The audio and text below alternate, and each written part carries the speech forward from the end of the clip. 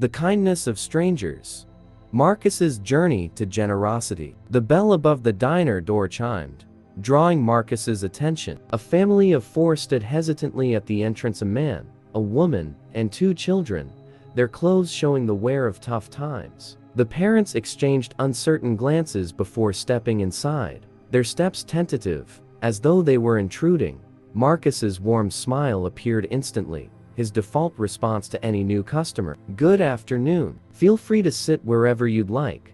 The father, his face weathered with exhaustion, nodded in gratitude and guided his family to a booth in the corner. The children looked around with wide eyes, their innocence contrasting the adults' visible weariness. Marcus noticed their clothes were a size too small, and the father's shoes had been patched together more than once. He couldn't help but feel a pang of sympathy. Grabbing a couple of menus, Marcus approached them. "Welcome to Lily's Diner. Can I get you started with some water?" The mother smiled faintly, her voice soft. "Yes, thank you."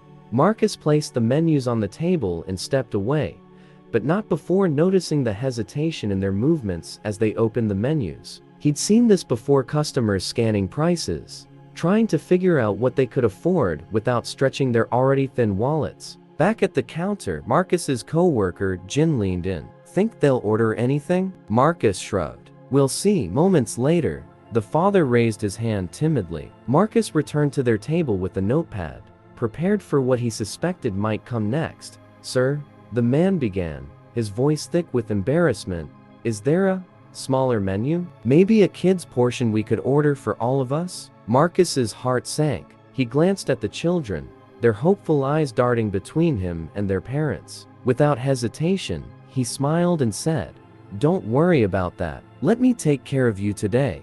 The father's eyes widened in surprise. "Oh no, we couldn't. It's on the house," Marcus interrupted, waving off their protests. "Everyone deserves a good meal. Just sit tight." The relief on their faces was palpable. Marcus headed to the kitchen, his mind racing with what he could prepare. He opted for something hearty: a pot of chicken and rice soup paired with warm biscuits and freshly baked apple pie for dessert. As he worked, he couldn't help but recall his own childhood, those days when his mother had stretched every penny to put food on the table. He understood their struggles all too well.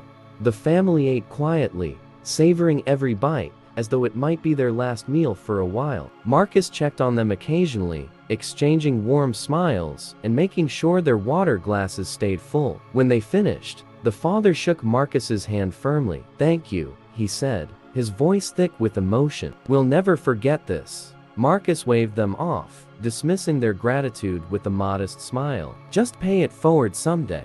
The family left, and Marcus returned to his routine. By the end of his shift, the memory of the family had faded into the background of another long day at the diner. He didn't think much of it after all. He'd done what he thought anyone would. The next morning, Marcus arrived at the diner for the breakfast rush. As he pushed open the door, he nearly tripped over a package sitting on the threshold. It was a brown envelope, slightly worn, with his name scrawled across the front. Puzzled, he picked it up and took it inside. Sitting at the counter, he opened the envelope to find a letter and a smaller envelope tucked inside. The letter read, "Dear Marcus, we cannot express how much your kindness meant to us yesterday. We came into your diner at our lowest point, and sure if we'd even eat that day. Your generosity gave us not just a meal, but hope. Inside, you'll find something small, a token of our gratitude. We hope it helps you as much as you helped us." Marcus opened the smaller envelope, his hands shaking slightly. Inside was $1,000 in cash.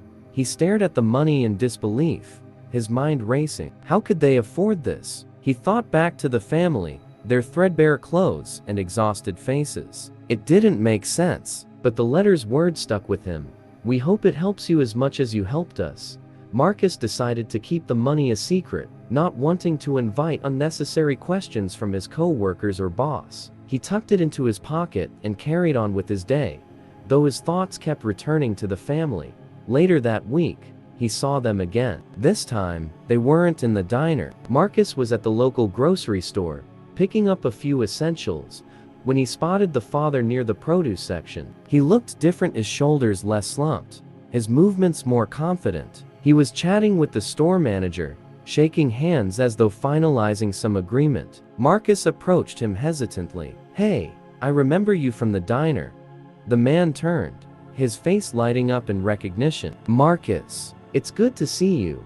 They spoke for a few minutes, and Marcus learned that the man, whose name was David, had been offered a job at the grocery store, a stable position with benefits. It turned out that the small act of kindness had given David the courage to apply.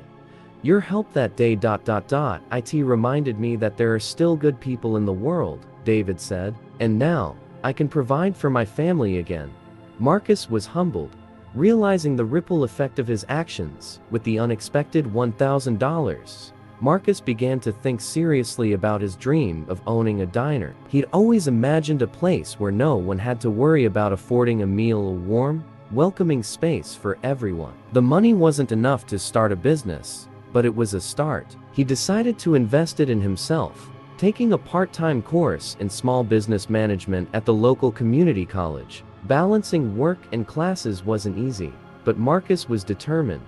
The lessons he learned fueled his ambition, and he started saving more diligently. Word of his kindness spread, bringing more customers to Lily's diner. Many wanted to meet the waiter whose act of generosity had inspired a struggling family to turn their lives around. 2 years later, Marcus's dream became a reality. With the help of a small business loan and contributions from supportive friends and regular customers, he opened Marcus's Kitchen. The family who had once been his diners were his first customers, cutting the ribbon alongside him.